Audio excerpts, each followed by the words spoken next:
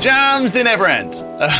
That's okay. That's what they're designed for. Hey folks, how you doing? It's Monday. My name's Nick Jennison. We're doing the thing we do on Mondays, which is hang out and talk about the guitar. Today, we are continuing our discussion on how you can become the best version of your guitar playing self in 2025 by getting into the meat, the nitty-gritty of what your practice sessions should look like. What do they consist of? How much should you do? How often should you do them? What sort of things should you be doing? What sort of things should you maybe not be doing? What should you focus on? How much? For how long? All that good stuff. Now, in our previous stream, last week's stream, which is the first stream of the new year, we discussed the grand macro plan for the year, i.e., what can you expect to achieve in 2025. We talked about some goal setting. We talked about all that good sort of stuff. This is a little bit more hands-on, a little bit more practical. But before we go any further, I want to take a quick second and shout out today's sponsor. Today's stream is brought to you, as per last week's stream, by Ciari Guitars and this beautiful Ascender Standard that I happen to be playing that also happens to fit into this bag. How can that be, I hear you ask? The bag is only half the size of the guitar. Well, if you've been living in a rock, you might have missed this, but this guitar is a folding guitar.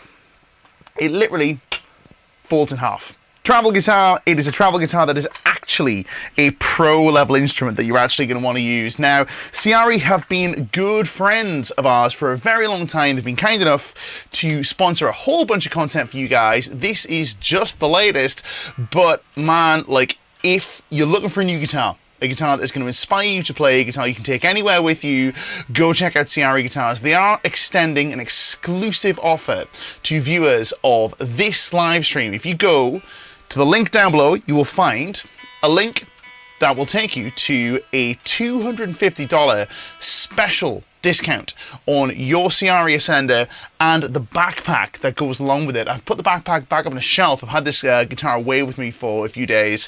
This guitar comes most places with me because why wouldn't you take it? It's tiny, it folds up, it is killer. And of course, it's a legitimate pro-level instrument that you're actually going to want to use. So shout out to Ciari Guitars for sponsoring today's stream. We're going to get into the meat of the session in a second, but before we do, let's say some hellos. First of all, PJ is first in the house. PJ, great to see you. PJ says, I remember Nick Harrison saying to you, Nick, drop your shoulder. I do this when I play acoustic, and it seems to get painful after a while. Why on earth do we do it? I'm going to get a little more into that as we go a bit further into, I guess, some playing ergonomics and maybe dispel some myths. I don't actually remember that myself, but I think I know what you're talking about. Now, myself and Nick have had so many conversations that it's like, man, I'd love to hang on to all the information that guy's given me because he is a wealth of that sort of stuff. But we'll get more into that because there's some interesting stuff to be had there, I believe. Marcin is here. Four Cornish is here. Timothy Appling is here. Larry Warren's here. Response Audio is in the house. Great to see you. Sacred Godslayer is here. Helmet Straps tuning in. Says, tonight's topic is something I really need to work at. It's something we all need a reminder of from time to time. Kim is in the house. We were on the phone just a second ago. It's great to see you. Mark McNish is here. Hey ho, Nick and all. My practice the last couple of weeks is going well. Pleased to hear that. I hope to get some refinement tips on today's stream. Cranker Tom is in the house. Greets to all corners of the planet, which Cranker Tom has probably visited. It's always tuning in from an interesting and unusual part of the world. Franz is here. Great to see you. Block 18, I believe you've already said hello to. Lovely to have you on board. Bernard Newton is tuning in. Ergo Hog is here. Dreams, who I finally figured out what his name says, is in the house. Lovely to see you. Chris Brown is tuning in. He's asking if I'm going to be at the Birmingham Guitar Show this year. I certainly am, but as for which day, I'm not sure. It's usually the Sunday that I attend because Saturdays it's gig time, isn't it? But yeah, usually the Sunday, potentially both days, but I think at least one of the days I'll be there because I do love the Birmingham show. It's one of the times I get to see my friends, which is nice. Speaking of friends, got to see a whole bunch of people down at Headstock for the new Ibanez Expo this week. It was a lot of fun. Talk to you more about that another time. But yeah, we've got Yeah, Birmingham show is always great. If you're in the UK, be sure to attend the Birmingham show. The Yam show, as people have told me, I wanted to call it the Brum show, but apparently Yam is a thing. David Peterson is in the house. Richard Pratt, that's a lot of notes, can confirm. I'm in a very notey mood today. Rory Callon is in the house. Lovely to see you. Critical for me before practice is a damn good warm-up. A good point there, my man. We're going to get to that. We will get to that. Jada Barter is in the house. folks. Lovely to see you. Richard Pratt says, very good observation. If it sounds good, you're not practicing. A top observation. We like that. We like that a lot. User is asking how to further extend my compositions. Sometimes I come across an idea, but it's pretty short, like 30 seconds. How do I extend it further? All people say is listen to more music, but that's not helping. I can see why that wouldn't be helping. That's an important part, but I can see why that wouldn't be helping. We may have some ideas for you over the course of this stream. It is more about practice than about composition. But don't forget, guys, if you have questions, drop them down below. Drop them down below. Timothy Appling is putting a Ciari guitar on his 2025 wish list. Well, you know what? Like, click the link, get the discount. It's exclusive discount just to you guys. Literally just you. Nobody else gets it. The discount is finished now for everybody else. It was their holiday offer. They're extending it all through January with the link down below. Or use the code GI250, that is GI250, at checkout for a $250, a little bit easy for me to say, discount on a Ciari Ascender or a Ciari guitar of your choice, and the backpack, which you also want. So click the links, it's all down there. Bernard Newton says he needs to stop noodling. Any quick tips? We'll have some good quick tips for you as we go into the meat of today's lesson, which we're going to get into right now. So, I don't know why I clicked, there's no scene transitions, but even still. So, let's get very quickly into the practice, play, rehearse thing. So today we're going to discuss what your practice should look like and how to practice for the most efficient gains, let's say, in your guitar playing ability, which leads us to the first question, which is what is practice? And what is practice and what is it for? So we're going to go back to this one. Richard Pratt says, if it sounds good, you're not practicing. He's kind of right. Now, there are, to my mind, a few states that we can occupy when we have a guitar in our hands and we're making music with our guitar. I say this rather than playing the guitar because I'm going to make a distinction between these different states that's kind of important. And to my mind, the things we can do when we have a guitar in our hand is we can play and we can practice.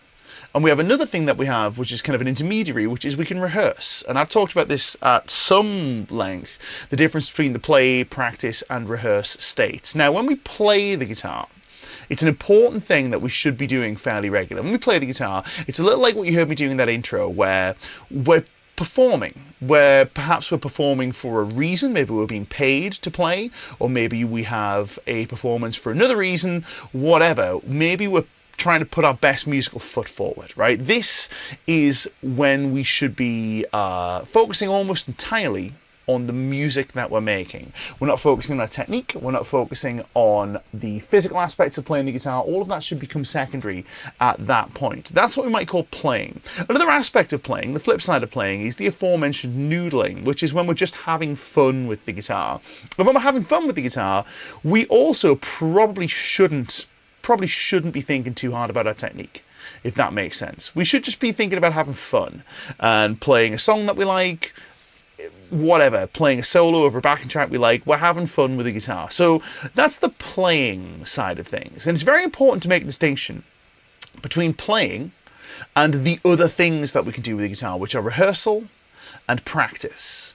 Now, these are not the same thing, but they're closely related. And the distinction between playing and rehearsal and practice is that when we rehearse and we practice, we are aiming to confront aspects of our playing that need work. Now, that could be that we need to work on a particular song or a particular piece. It could be that we need to work on a particular aspect of our guitar playing abilities, and this is where the distinction between rehearsal and practice comes in. Practice is when we play with the express purpose, sorry, this microphone's getting dragged, with the express purpose of improving our guitar playing skills, whereas rehearsing is when we are playing with the express intent of getting something into our repertoire. There's a difference between learning a song and practicing for your skills. There's a difference between learning a lick and practicing to improve your skills. And that's why I make the distinction between rehearsal and practice. Rehearsal, practice, rehearsal, practice. There's subtle differences,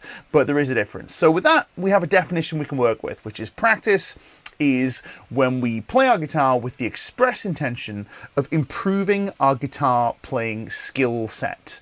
Now, this means we have to do a few things. We have to first of all set out our stall in terms of like what do we actually want to add to a guitar playing skill set, and this requires a certain degree of earnest and honest reflection. What are the things that we need to work on? What are the things that we wish we could do? Now, there are several bigger, broader things that we can pay our attention to, but ultimately it comes down to these three things, and we have to thank the aforementioned Nick Harrison for these definitions, who's just come in, the man himself, which is really there are three things that we need to work on with our guitar playing.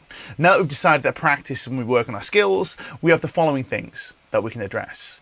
We can address our technique, the physical act of playing the guitar, our physical technique on the instrument. We can address our understanding of the guitar, i.e. fretboard knowledge, music theory, scales, arpeggios, shapes, navigation around the guitar's neck, all that good stuff. That's something we can do. We can also enhance our repertoire. We can enhance our style as a player. We can enhance our ability to play there's red nails there. Somebody said snails. Snails. We can enhance snails. Why not? We can enhance our ability to play notes that we really like the sound of, let's say. Here's a good one from Deadman Doogie Van Dugerson. Rehearsal versus practice versus learning. I'm going to say we have rehearsal, practice, and playing. Those are the states that I'm going to posit. There may be more. Who knows? But these are the three that I kind of think of. So when we're in a practice state, we can be working on these three things. We can be working on our technique, working on our fretboard knowledge and our theory understanding. We can also be working on our musicality, let's say. Now, this is something that a lot of guitar players have posited. Steve Vai talks about it as hand, head, and heart. So hands, head, heart, technology, technique. Man, I am just like talking rubbish today. Hands would be technique, physical technique. Head, fretboard knowledge, scales, music theory. Heart, musicality, which is that repertoire, contribution thing that we've talked about before. Nixon, ladies, asking for the practice definition. I am determining practice as when we sit down to play with the express intent of improving one or more aspects of our guitar playing skills. That's basically it. To level up some of our guitar playing stats, so to speak, right? If that makes sense. So with that in mind, with these three things we can work on, our hands, our head, and our heart, if Steve Vai wants to put it that way, or our technique, our understanding, and our musicality. Nick's asking if he can offer his own definition. Always. Of course you can. If you've got questions in the comments, drop them down below. If you've got comments, down below. We'd love to get a discussion going here. Technique, understanding, musicality. We can structure our practice sessions thusly. We can structure our practice sessions in such a way that we attack or we deal with all of these aspects, or as many of these aspects as we want to. We can get more granular than that, but in a top level sense, if we have a session designed that works on our technique, works on our musicality, works on our knowledge, well, haven't we got ourselves a session that is a good practice session? Let's say. So let's go building sessions, and we'll do a few together. Richard Pratt saying, I bought the Steve Vai practice book. That thing will hurt you. For sure, 100%. Here's a great definition from Nick Harrison saying, working serving to convert unfamiliar information, knowledge, or skills into familiar information, knowledge, or skills. That's a good definition. It's a good definition. I like a lot of that. Building familiarity. I am going to make that slight distinction there between the practice and rehearsal mindset, because that could describe rehearsal too, but it's kind of a subset of things. But it's a very good definition, and I like it, and a perfectly workable one. So anyway, let's go constructing ourselves a session that will develop our hands, our heads, and our hearts, as Steve Vai likes to put it. Our technique, our understanding, our musicality. So let's begin with something that is going to develop our understanding, our fretboard knowledge, because we're hot off a run of fretboard knowledge streams, right? So let's say for a second that we wanted to improve our capacity to play all up and down the guitar's fretboard. Don't we all want that? Well, how do we do that? Well, the first thing we do is the first thing we do is we have to actually play all up and down the fretboard. Now, it's all fair and well if we just take our time and we go, well, I'm going to play all up and down the fretboard. Let's pick a key. The key can be E Dorian, because I was playing an E Dorian in the intro. Great, E Dorian it is. So let me find a clean sound, because I'm a good boy, and we practiced with a clean tone. We'll get to that in a second. And I'll play my Dorian scale until I am blue in the face. I don't really know this bit. Yeah, there it is.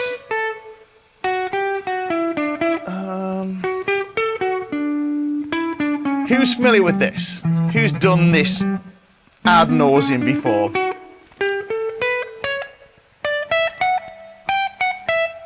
Let me know in the comments. I want to know from you. If this is something you've done tons of, I want to hear from you, right? So, we've all heard that, I'm sure. We've all done that loads and loads and loads.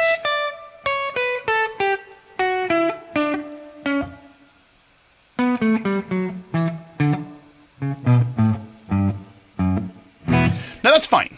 That's fine.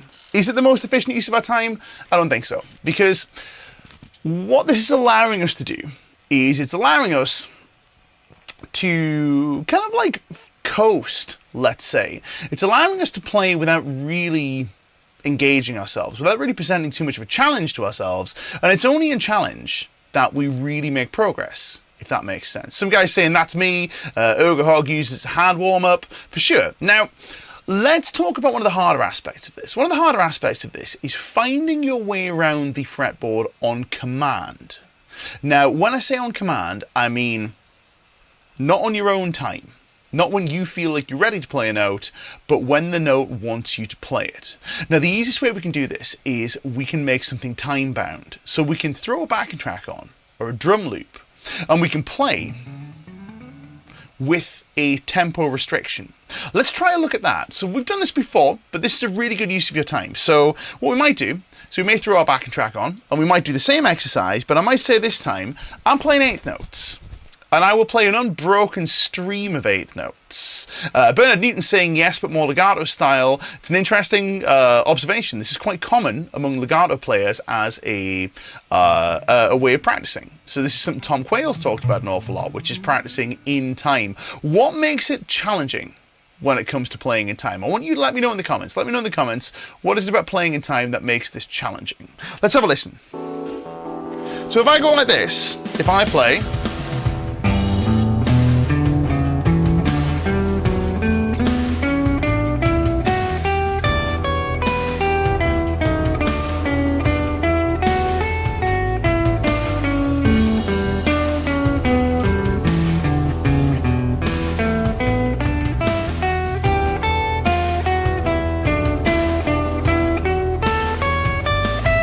tune this G string really quickly, my heater is on. And it's right down there.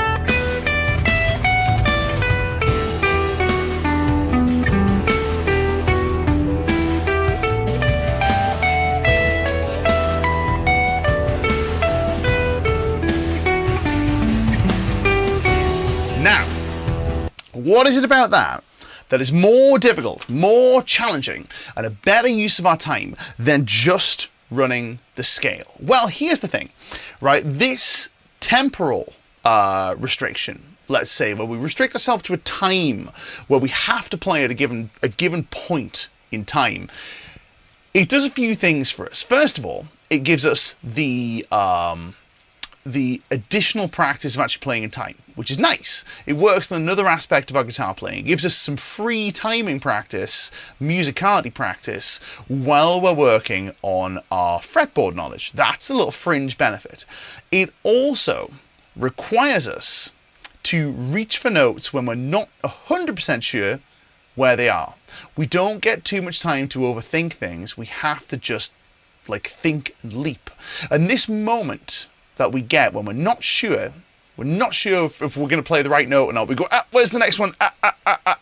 Is something that we've called on these streams innumerable times the oh shit moment, where you play something and you go, oh shit, am I going to get it? Am I not going to get it?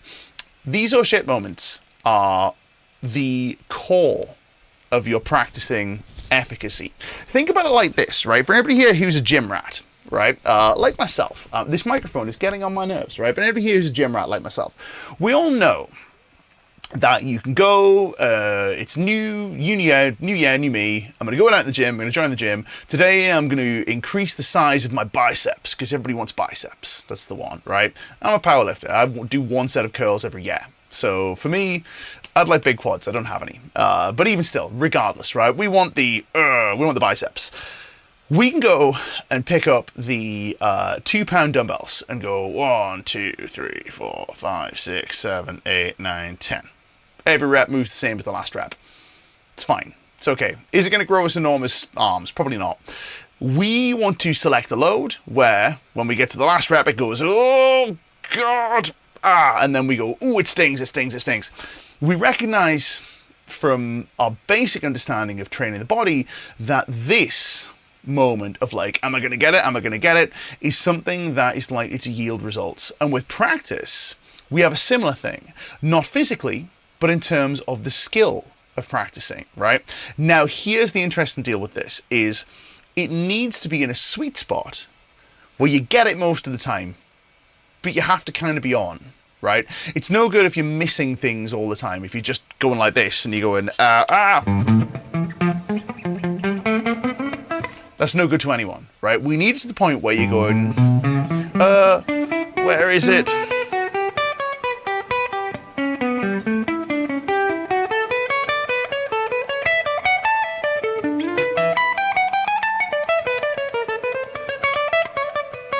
See there was one there.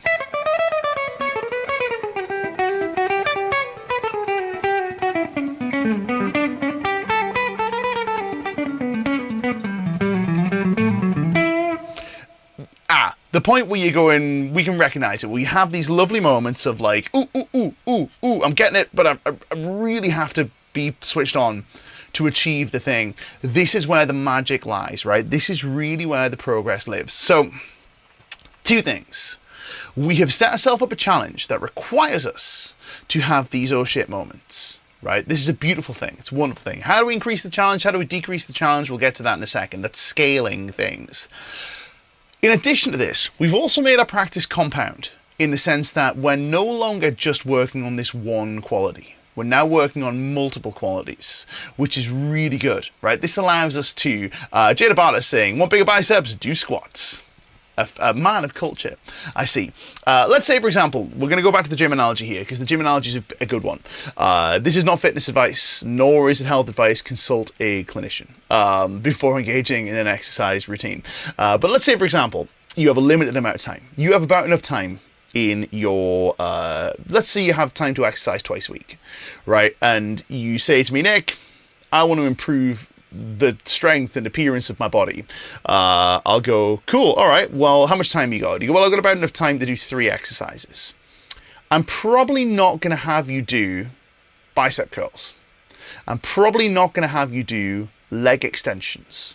I'm probably not going to have you do calf raises or hamstrings curls, because by addressing each individual part of the body like that, one at a time, oh, I must do an exercise for my side delt. That's fine if you've lots of time to train, lots of time to exercise, enough time to break the body down into its individual constituents and train them one at a time. If you're limited on time, the best use of your time is to go, right, what things can I do to train as much of my body as possible?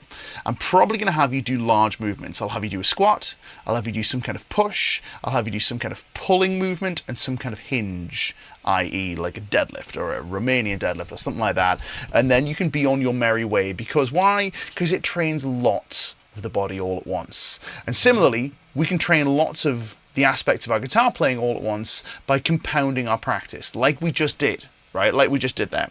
So let's go back to that exercise, right? That exercise is really great. This is a time-bound exploration of the E Dorian scale. How can we make this a little bit more interesting? How can we make this a bit more interesting and bring our technique into it? Well, we can further compound things by making technique a challenge or making technique a focus. If after all, we're playing technique, we need something to play with it. So let's say, for example, we wanted to improve the technique of our right hand. Well, that's quite simple. All we have to do is we have to assign a right hand technique and go, I shall explore the fretboard using this particular technique. Let's say economy picking, because alternate picking is very common. Let's do economy picking, right? So let's go to these two cameras right here. Hopefully you can see the right hand. Our economy picking technique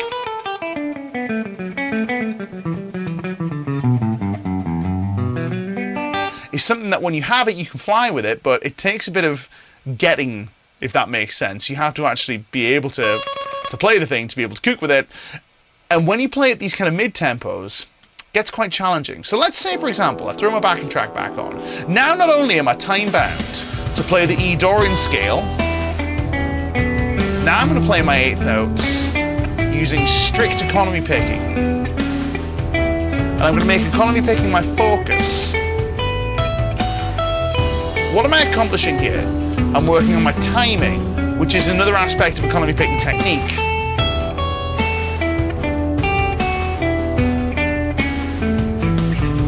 I'm developing my vocabulary. How am I doing that? By exploring lines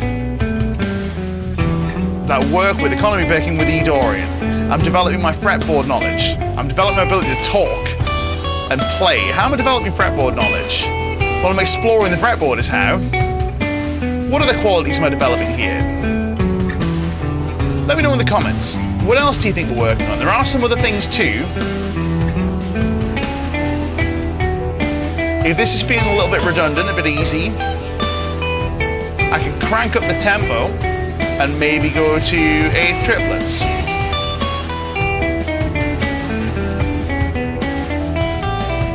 Shadrach is in saying muting. I am absolutely working on muting. There is one quality that's not a technical quality that folks haven't said yet. So it's not a technical quality. There are technical qualities we're looking at here, but there's another quality I'm developing. Mark Midnition with the win. Training our ear. Training our ear. Love a bit of that. Now, why are we training our ear? How are we training our ear? What is it about this exercise that allows us to train our ear? Well, we're hearing this stuff in context. We're setting this up so that when we play in context, we get to hear what each of our individual lines sound like. If I play absent context,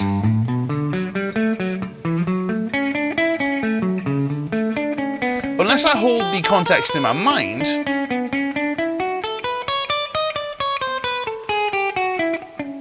I have no idea if a particular line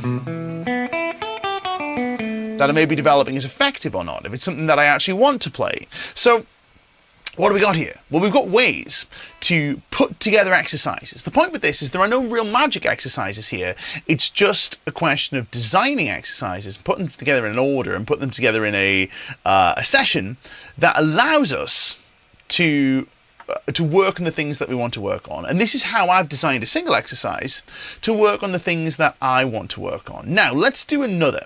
Let's say, for example, that we wanted to work on a particular technical concept, a particular musical concept, and get some other benefits too. So let's say that, let's take this one actually. This is a really good one from Graham McMurdy, saying, when it comes to practice, what I usually do is take, say, a Randy Rhoads solo like tonight. 1, I work out the scales used. 2, I learn the licks used within and how they connect technique and theory. It's a really, really good way of looking at it. So let's say, for example, one of our more popular streams was the Nuno Betancourt tapping stream that we did. So let's say, for example, we wanted to develop our ability to play Nuno Betancourt style tapping arpeggios. What? Well, what do we have? We've got some string skipping, we've got some tapping. So let's take a lick. And let's say, for example, that we wanted to play a lick that was maybe something along these lines. Now, I'll be generous to myself and treat myself to a little bit of gain for this.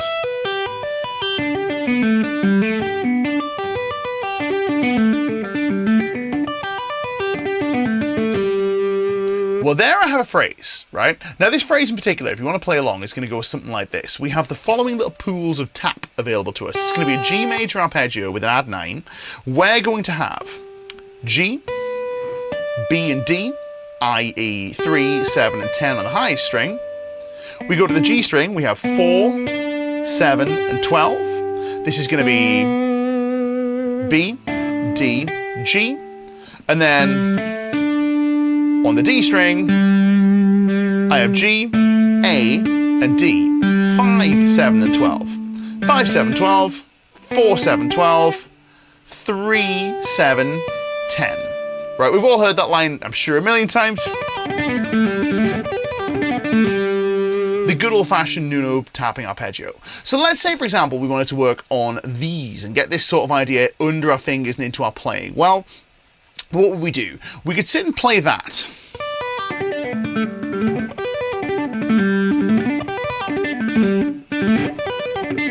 That's fine, that works.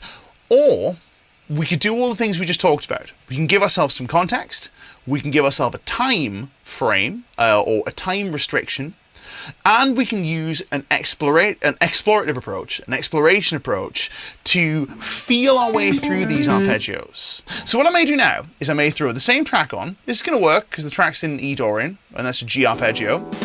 So I can play this.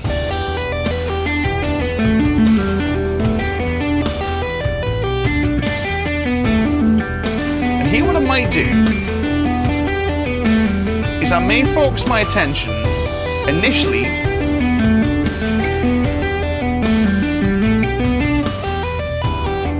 on just finding all the different ways that I can structure this arpeggio, all the different ways that I can get through it. If I throw the big lead sound of doom on, the amp will scream at me, but I might get this.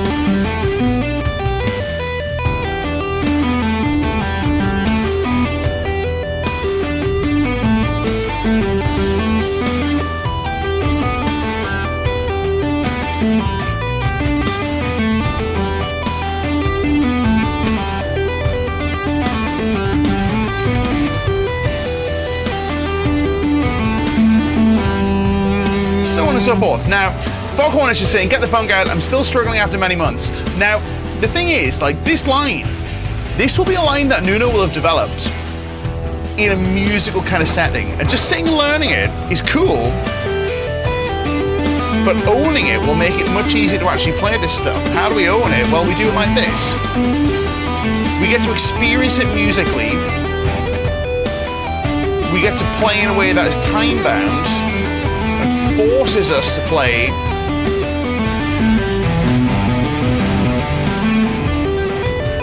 in time. We also get to explore other little avenues, like what happens if I play on the low E string.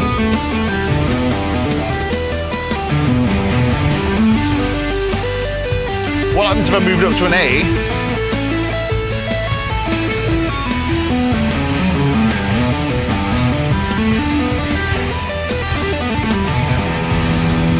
So on and so forth. Now, this should show you that constructing exercises to play is part of the battle, right? So we take a look at our goals, we construct exercises.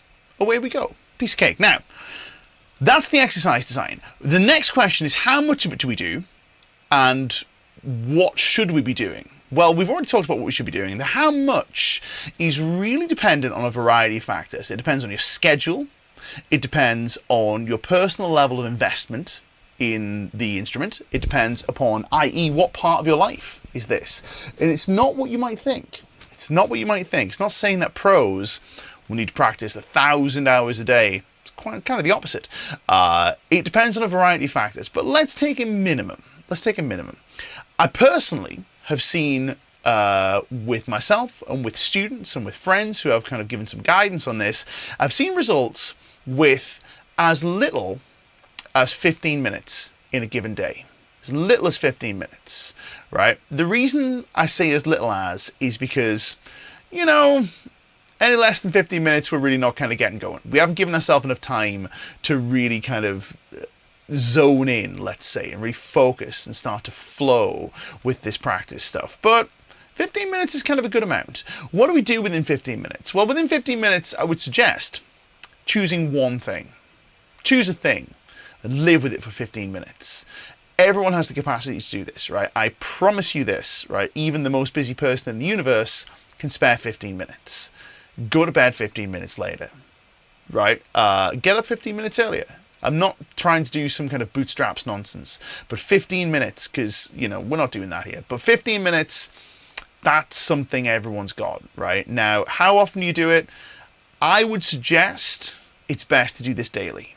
And I would also suggest that 15 minutes daily is better than, say, for example, taking those 15 minutes and putting them together in a session that's 1 hour and 45 minutes long, 1 hour and 45 minutes long on Sunday, and going, well, that's my 15 minutes. That's 4 plus 3, that's like 7, lots of 15. Cool. Well, I can just do it all. I can do it all here. It's like that, I can't remember what show it was, but that skit where someone was an alien and they decided to do a week's worth of eating in an hour so they didn't have to do it anymore. Like, well, I'm learning to be a human. Humans have to eat, so I decided to do the whole week's worth of eating now, and now my insides hurt. Similarly, if we take the example of exercise again, let's imagine for a moment that you decided to try and do a month's worth of exercise in one session. Best of luck with that. You probably wouldn't be able to, but even if you did, it's a surefire recipe to hurt yourself. Now, injury and pain and all these bad things that can come along with physical exertion are usually a function of acute or chronic workload rather than any one specific activity. So it's a case of dose, and we adapt to doses. We adapt to practice, right? If we practice for 15 minutes a day, we're not going to hurt ourselves, we'll be fine. Right? This is assuming we're coming from not practicing at all. If you practice for 2 hours and you haven't practiced in the last 2 months, let's say, your fingers will hurt. Right? It's not going to be fun. You won't enjoy it. And how much of that information is actually going to go in? Probably not that much. So 15 minutes is a good minimum. I would suggest, from my own experience, a good maximum is an hour. Only an hour, Nick.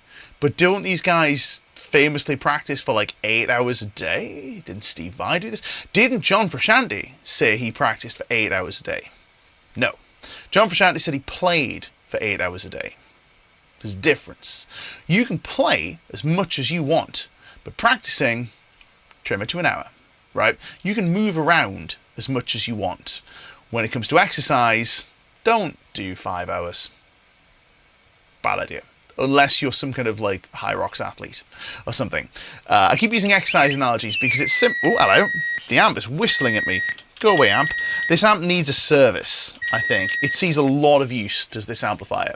So you can play as much as you want, right? You can play as much as you like, but realistically, practice limited. Why is that? Well, it's because practice requires focus. Practice requires intentional effort. It requires us to really zone in on the things that we want to work on. Things that we want to work on. This is not something that is sustainable for long periods of time. So be honest with yourself. If you only have 30 minutes of attentional focus available to you, that is fine. There's nothing wrong with it. If you only have 15, there's nothing wrong with it. If you can spare an hour, fantastic. You got it. Go for it.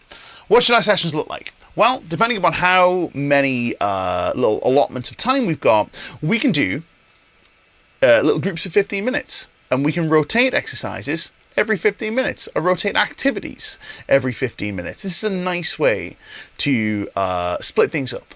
So let's say, for example, we had a spot where what we really wanted to work on was our finger independence. And we decided we wanted to work on an exercise that is just finger independence related, purely finger independence, not necessarily a musical activity. We're going to do one of the hot exercises on Instagram today, which is one of the ones that, in fact, you know what it is? We'll go to these cameras because you want to see my right hand for this. This is a fun exercise I saw somebody doing, which goes like this.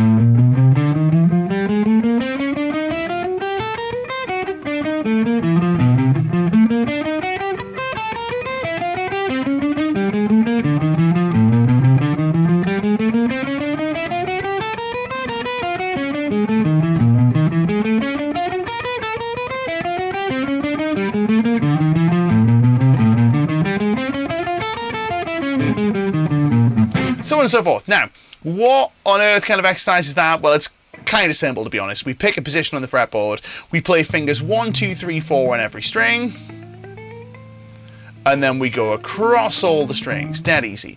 When we get to the top, we then do the same navigation, but we just do fingers 3 and 4, across all the strings, and then we go back down with all of our fingers, and then we do fingers 2 and 3, 2, 3, 2, 3, 2, 3, 2, 3. Then we do fingers 1, 2, 1, 2, 1, 2. You get the gist, right? It's quite a fun exercise. Not my favorite, but it's a fun variation, right? I like it. I've no problem with it. So if we throw some drums on, this gives us that time-bound practice. Now we're not doing this in musical context because it doesn't have to be to a backing track, because there's nothing really terribly musical about this. It's still valuable. There are lots of exercises that we can play that are just exercises, and they are worth your time because they present challenges that maybe you won't find in typical scale playing, but you will find at certain points in your playing. We could do, you'll come across these challenges, what I'm trying to say. We can do 15 minutes of this. We could sit and go.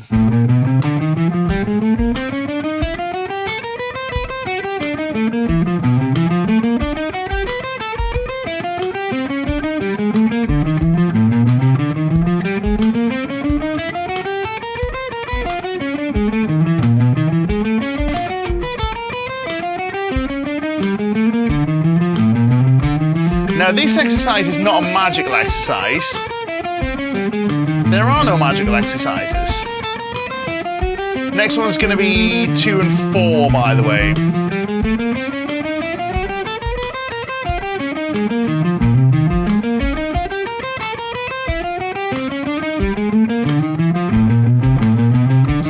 Repeated that string on the bottom. Let's do 1 and 3. Let's do 1 and 4 next. Just all the variations.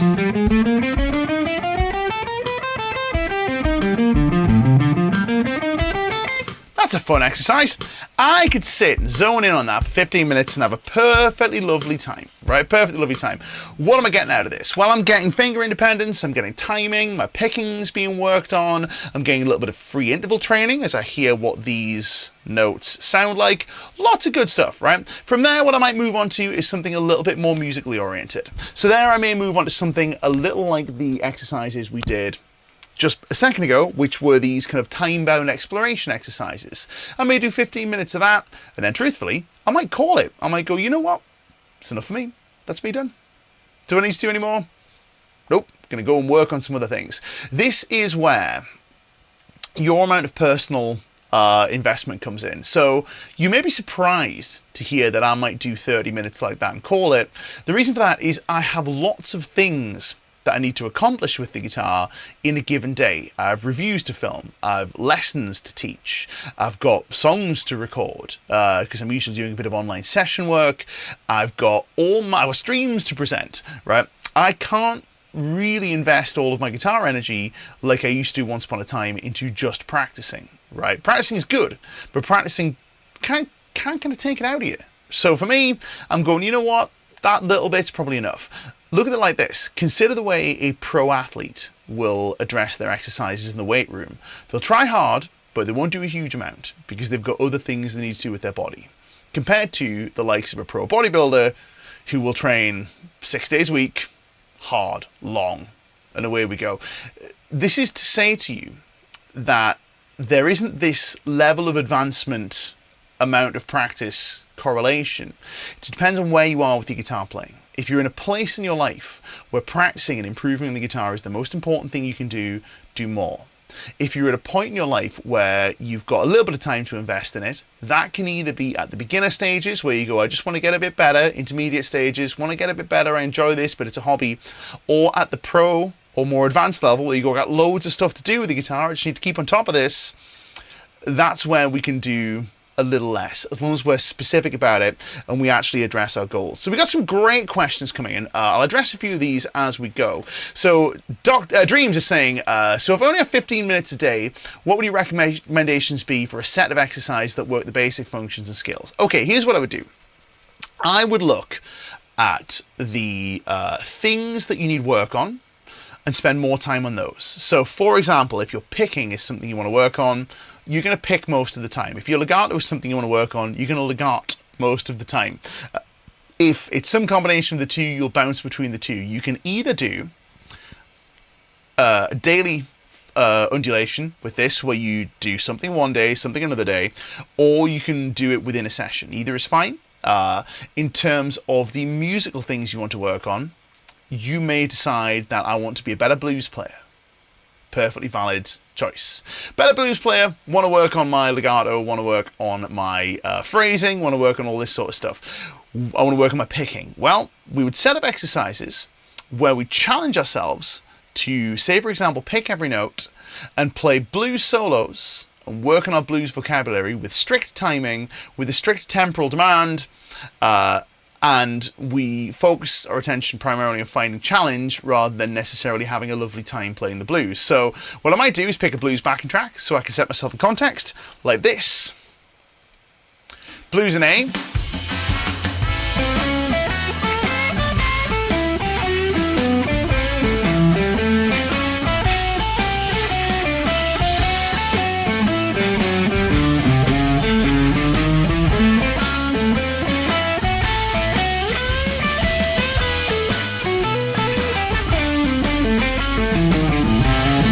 Now, is that the most convincing blues you've ever heard? No, it's not meant to be. This is practice.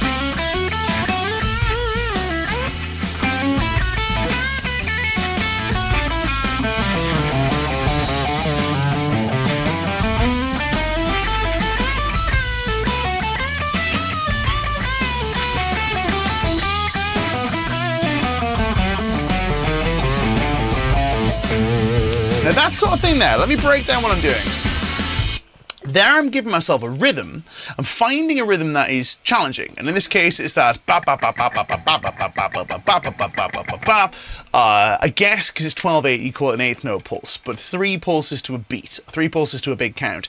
That's something that feels challenging. I'm using that as an excuse to work on my picking. I'm also using it as an excuse to force myself to explore all around the fretboard, but I'm doing it in this blues context. That's just an example. The point with this is, what I would say is, with your 15 minutes, you would design exercises that give you the most repetitions on each of the skills that you're trying to work on, i.e. spend the most time on any given skill. So that might be, rather than spending 5 minutes doing picking, 5 minutes doing legato, and 5 minutes doing blues, design a way that you can do all 3 for all 15 minutes. If that makes sense. We got more questions, right? I'm going to just go straight to the Q&A because this will be a nice way to round things out, I guess. So let's take a look at who else is coming with these. We've got some really good ones. If you've got more questions, hit them up as we go.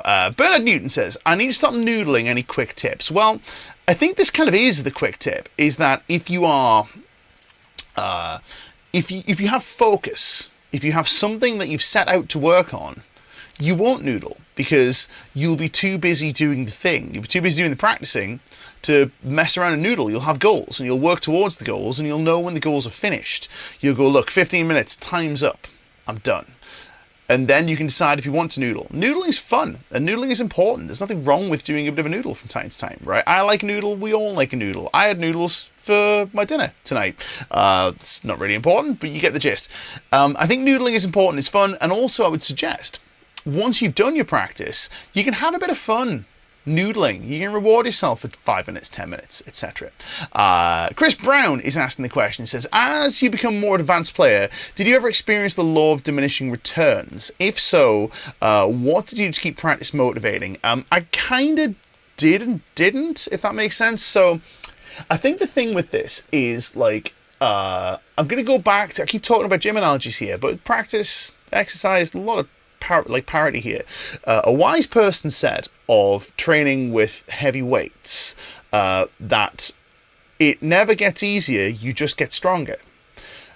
Now, let me unpack this, right? Your practice will remain about the same level of hard for any given point in your practicing life. You won't have to practice harder as an advanced player or less hard as a beginner player. But I get what you're saying. I'm going to address this in a second. But as long as your practice is in that sweet spot of, like, difficult enough, where it's challenging but it's not impossible, you will continue to make progress. Now, there are more fluctuations as you get further down the road with this stuff. You'll have periods of time where you'll feel like you're sinking the hours in and you're not seeing the same linear progress that you were when you were just starting out. This is where zooming out is useful, where we can look at our ability to play and our practice and the yields of our practice, not in days and weeks, but in months and years.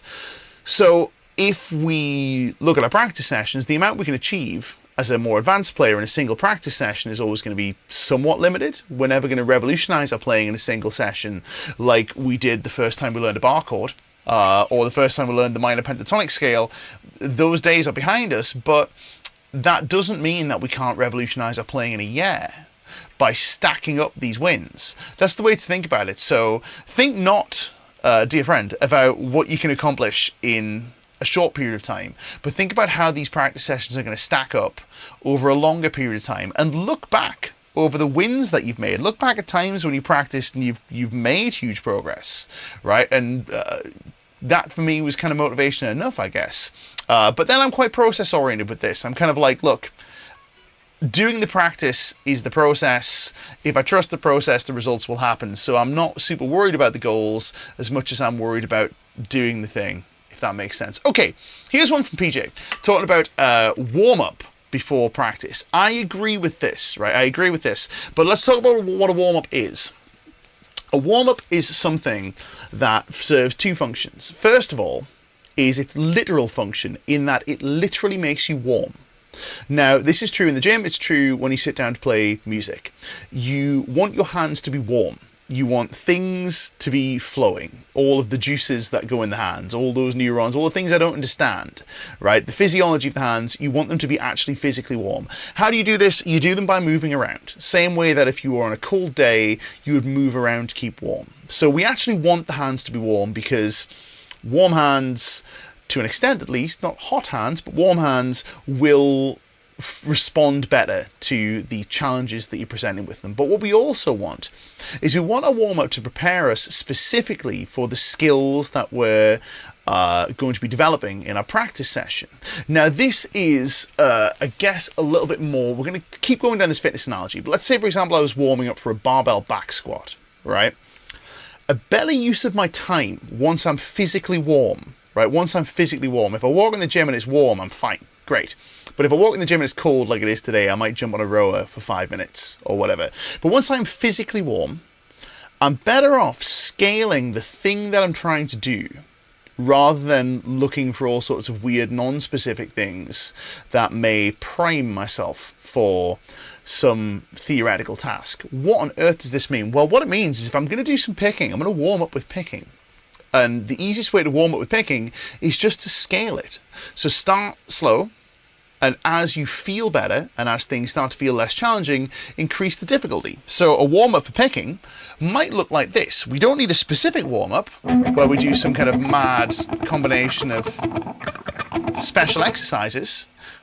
If I'm going to be doing economy picking, I might start just by doing some slow, flowing economy picking, exploring roughly the same kind of lines that I'm going to be playing anyway. And I'll gradually increase the challenge by increasing the tempo to the point where it feels good.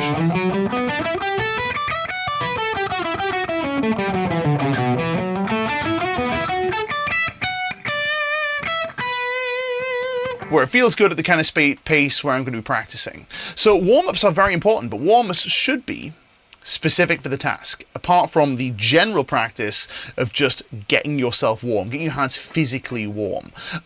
So we've got some other really good stuff here. Using noodling as a reward. Love that, right? Really good. So noodling as a reward is a really good way of putting it, but I would probably suggest playing as a reward. When you're playing, you know, I don't know why I did that little run there. That seems like a bit of fun, but when you're playing, we're not focused on building anything. We're just using the stuff we've got. We're doing the thing that we're supposed to do with the guitar, which is make music. And it's important to stay connected with that. It's important to actually make music with the instrument. Otherwise, that's a great way to become dissatisfied as a guitar player, is just never to play music. So playing music, super important. It behooves us to stay in touch with this. And it's good to do this after practice, because we've got all these new ideas that we can work on, all these cool new, I guess, cool new things we've picked up in a practice session, and we're hot. Our hands are feeling good. We've got all this new technique. Everything else we're going to play is going to feel nice and easy. It's a fun thing to do. So that's a nice way to, I guess, delay the gratification of noodling. But yeah.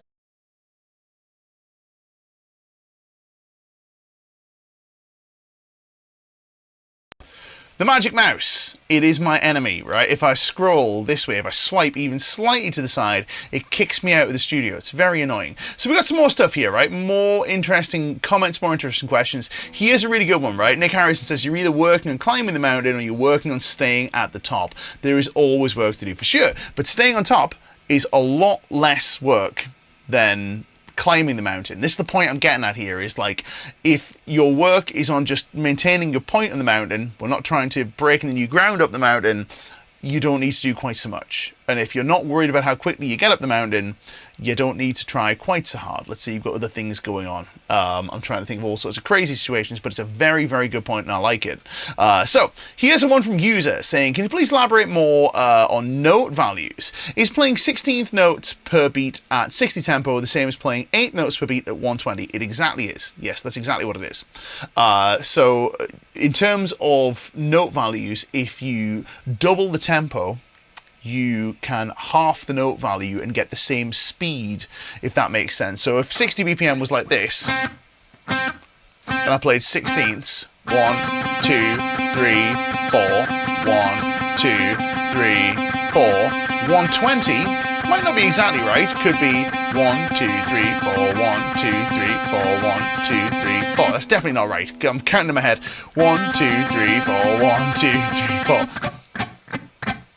That's probably more like 160, give or take.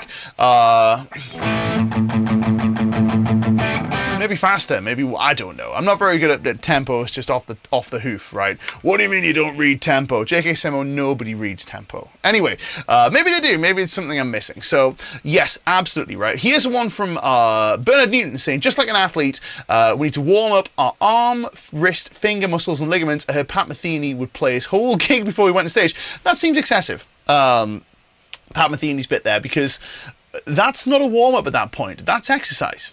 Right? At what point does a warm-up become exercise? When it becomes challenging, when it becomes something that's difficult, right? Then your warm-up becomes exercise. But I totally agree. We need to physically prepare ourselves, but we physically prepare ourselves by just doing the task that we're about to do, only scaled to make it easier, until it stops feeling like it's tough and starts to give and starts to feel malleable and everything's working, and then there we go. So yes, totally agree. Absolutely agree with that. Franz has got one in here saying, I experience playing becomes lighter on pushing the strings when playing for longer, getting warmer. 100%, right? And it's because as you become warmer and as you become more connected to your hands and you start to use those pathways that you develop, these neural pathways, your hands respond better. They behave better. Everything starts to feel loose and nice. So the warm-up is important. Totally agree with that, right? So we got a saying from Germany, which translates to, who stops wanting to become better stops being good. I do like that. I do like that, right? If you're not going forwards, you're going backwards and all that. But at the same time, the amount of work to get somewhere is a lot greater than the amount of work to stay somewhere. So do bear that in mind, right? If all your goal is just like, I just want to still be able to play, yeah, you'll be all right with a fairly minimal amount, but we don't want that. We all want to get better. So folks, we've run out of time. We've run out of time. I want to take a quick second and remind you that today's sponsor, Ciari Guitars, right? This Ciari sender that you've heard me playing all the way through the stream, Ciari are offering an exclusive discount to us, Guitar Interactive and Lick Library viewers. Go to the link down below. In the comments, right? Well, in the comments, in the description, we'll find a link that will get you $250 off your Ciari guitar. In case you missed it, your Ciari guitar, which folds in half so that you can practice literally anywhere. It's brilliant, right? I love this guitar. I take this guitar with me all over the shop. Let me just make sure these are lined up. I believe they are. Fresh set of strings just the other day. Beautiful. Lovely, lovely, lovely. Let's click it back into place. Man, my guitar is ready to go. I love it. Absolutely love it. Go click the link down below. Get $250 off your Ciari guitar and backpack bundle. Folks, my name's Nick Jennison. It's been a pleasure. A little bit of housekeeping. We are going to be doing some streams for the next 2 weeks, but as you're aware, it's the NAMM show. The NAMM show is coming up, so I'll be traveling. So the next 2 streams, we'll be doing them, but they are going to be pre-recorded streams. So I'm going to give you guys some lessons. Keep your eyes peeled. They'll be live streamed as usual, but it won't be live. They'll be pre-recorded. I'll be answering as many questions as I can in the comments, which probably won't be too many because work, time zone differences, travel, all that sort of stuff. But we'll do as many as we possibly can, and they're going to be on the subject, conveniently enough, of developing your timing. So 2 weeks, free lessons, free live lessons. We'll be doing those on the channel. Don't forget to subscribe as on whichever channel you happen to be watching on. Don't forget to give us a subscribe. Once again, today's stream brought to you by Ciari Guitars. I'm going to play out with a little bit of a jam over that blues track because that blues track was a lot of fun. My name's Nick Jennison. I will see you live in 3 weeks' time. I will see you from the mists of past next week with a pre-recorded live lesson, and the week after, when we're back from NAMM, lessons resume. Thank you so much. It's been a pleasure. Happy practicing. I will catch you guys very soon. If anybody is at NAMM, come and say hello. I'd love to meet you. See you guys next week. No, not next week. 3 weeks' time. I'll see you next week, but it won't be me. You know what I'm talking about. Let's play some blues. Here we go. Whoa, hello, amp.